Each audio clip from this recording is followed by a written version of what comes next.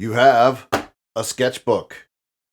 You have art supplies. But what you don't have is an idea of what to draw. That's right. What are you going to draw? You look at that sketchbook and you just think, what can I put on this piece of paper? How do I come up with an idea? Where is my ice cream sandwich? Where is my ice cream sandwich, by the way? Did you eat it? Did you? Hey, on Doodle to Done, I'm going to help you with that because we work on creating awesome doodles that can eventually become good art. But the emphasis is on coming up with those ideas. And today's idea is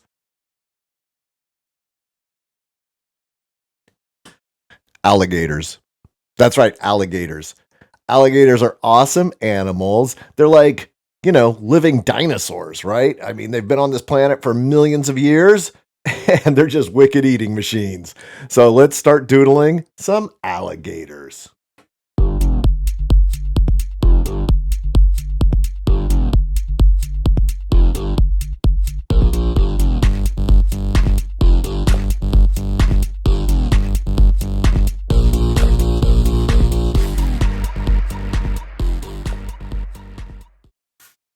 And the key to this doodle is we are going to just work on the faces and the expression of these creatures. And we're going to put them all on one page.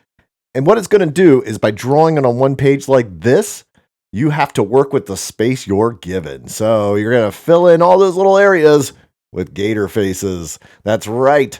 And what it does is it makes it a challenge, but also confines you as to what you can do. So just start doodling all these gator faces everywhere you can, wherever you have room, and you're going to be amazed at what you come up with. So while I am roughing out these gator heads, I'd love to see what you're coming up with as well. So feel free to share your rough doodles on my Instagram. Just make sure you tag me at Steve Harpster or put in hashtag Steve Harpster so I can see it. Also, you can email them to me, art@harptoons, art@harptoons, and I just want to see what kind of gators you create. Make sure you follow all my lessons here at Doodle to Done, and where we just worry about coming up with these doodles. And you can see I'm trying to smush these heads in together all at once. Now I switch over to my brush pen, and the little thing I like about this brush pen is that I am not able to get really detailed with it. I get that nice thick thin line, but I can't go in and really add lots of details. It keeps me honest, it keeps me basic.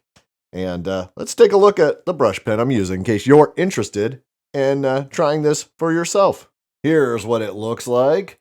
It is a Pentel pocket brush pen, and get these really nice, just by barely touching the paper to putting a lot of pressure. Get these different lines, and mine's not quite warmed up right now. But look at that nice brush tip. And the other thing that's nice about this, is you can undo it. And it has these little refillable cartridges. So you don't have to keep throwing out the pen. Once you run out of ink, you just put in another cartridge.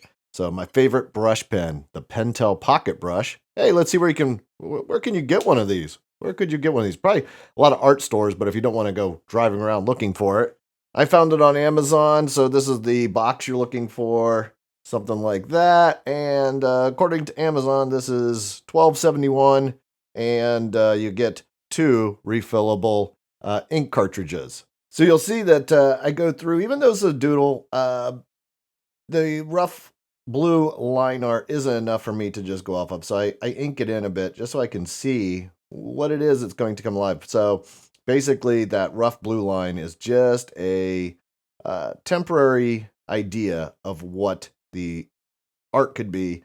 It's not until I put that ink line over it that I really see it come to life. Oh, and I'm using a little bit of colored pencil in here just to make some of those eyes pop out and stuff. The toned paper allows for that, so it's really nice to have this tan toned paper. And you can use colored pencil of white or yellow, and it'll really pop some areas out of that character. So, part of doing the doodle is inspiring yourself as you come up with ideas, making some really cool things. So here's one I tried to squeeze in this little area It didn't work right. It was looking a little weird, so I just erase it, and I'm going to start over again. Now, forcing yourself to draw all these faces on one piece of paper like this really makes it so you have to use the space available, and it's a really fun and so I want you to try this. Try filling up a page with character faces and see what you come up with. The brush pen is great because I can get those thin, thick lines, and I can add a little bit of detail, but I can't go in there and do too much. And also, because the line isn't perfect, it really allows for my imagination to work later. Now, I'm going to take these into my iPad and do them in Procreate. That'll be sort of the done part of the Doodle to Done series. And you'll see that here in just a little bit. But what this allows me to do is just get some nice forms, some nice shapes, and some nice line work for possible alligator characters. Each one of these has their own personality. This one here looks pretty sly and sneaky, whereas the one in the middle kind of looks like a little bit, goofy. This one seems a bit unsure and nervousy. This one I'm working on right now. And then this last one is just a silly, goofy one. So really trying to look for the soul of the character and just playing with it. Part of the Doodle to Done is just coming up with ideas, and then later on, you might go back through your sketchbook and say, this would be a great character for a book, or this would be a great character for an animation or a story. And you're going to have this sketchbook full of these really, really fun and unique characters that you can play with later on. Going back in here and just adding the blue to show where the empty space is. Here are my finished alligator designs, and so I'll use a little bit of color pencil in there just to pop things out, like here in the eyes. But really, this blue is just to show that negative space. So it really makes these alligators stand on their own. And you can see by placing these alligators all next to each other, I have limited amount of space to work with. There's some overlapping and whatnot, but it forces me to use the space I'm given to create the shape and the form and make it a little bit more interesting. And the paper I like to use is this nice tan toned paper. And you can find these sketchbooks at your favorite art stores. Okay, now it's time to take this and put it into my iPad and color it in Procreate. So I just take a picture of my sketchbook using my iPhone and send the picture to my iPad and import it into Procreate. And now I'm just going to color over the character here real quickly. Using the iPad, I can easily make the lines much better and really fix any of the, any little areas that may have mistakes, such as tangents and things that just don't read very well. So this is the part where I'll spend a little more time working on this character. And so there you go. This is the basics of it. Now, hey, if you want to learn some of my tips and tricks with Procreate, what I'm going to do is I have a course on this, a class, if you will, and it's at my subscription art site, HARPTOONIACS, where I show you, actually, we will take this drawing and you can pick whatever alligator you want to ink over and color, and I kind of just show you step by step how I do this. But here at Doodle to Done, we just worry about the doodle, so I'm going to speed through this part, and let's see what our finished alligator faces look like. So here we are. We've got some the rough doodles, and let's see where the finishes went. Let's start with this guy here. So rough or doodle to... There we go. There's my finished gator. I like this one. There's something cool about it. I love the eyes here, and I just threw in a little bit of coloring, and yeah, this one's pretty cool. I like this one. The eyes definitely, and the grin.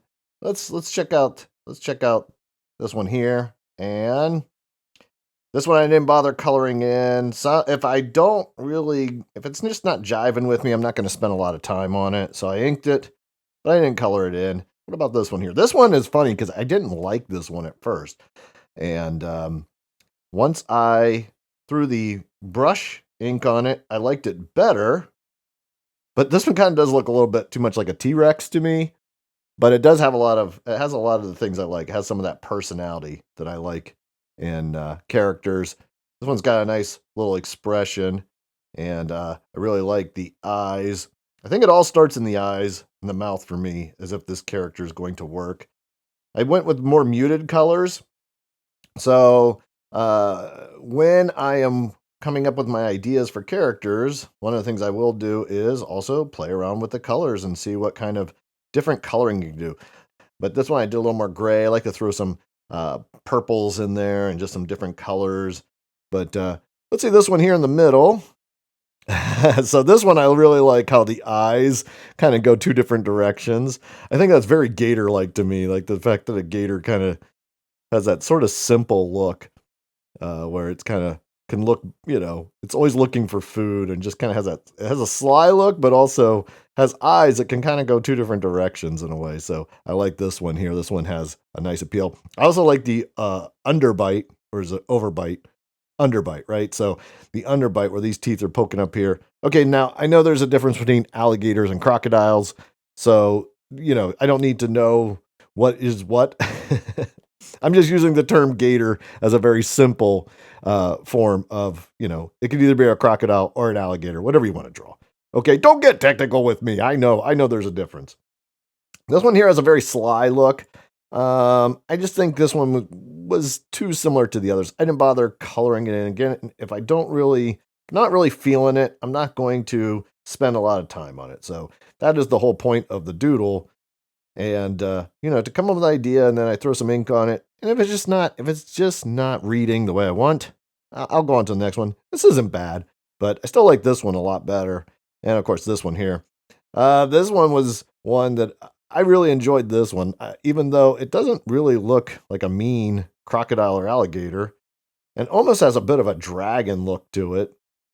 But I think it has a fun face to it. And this could be a really good character, sort of a goofball looking character here. So, it's always fun to try different things. I also like the coloring. I think what makes this more dragon-like is probably that coloring is throwing it all off. Last one. Let's check that out. There we go. That looks great. Okay, I like this one too. This one has, I think, the eyes again.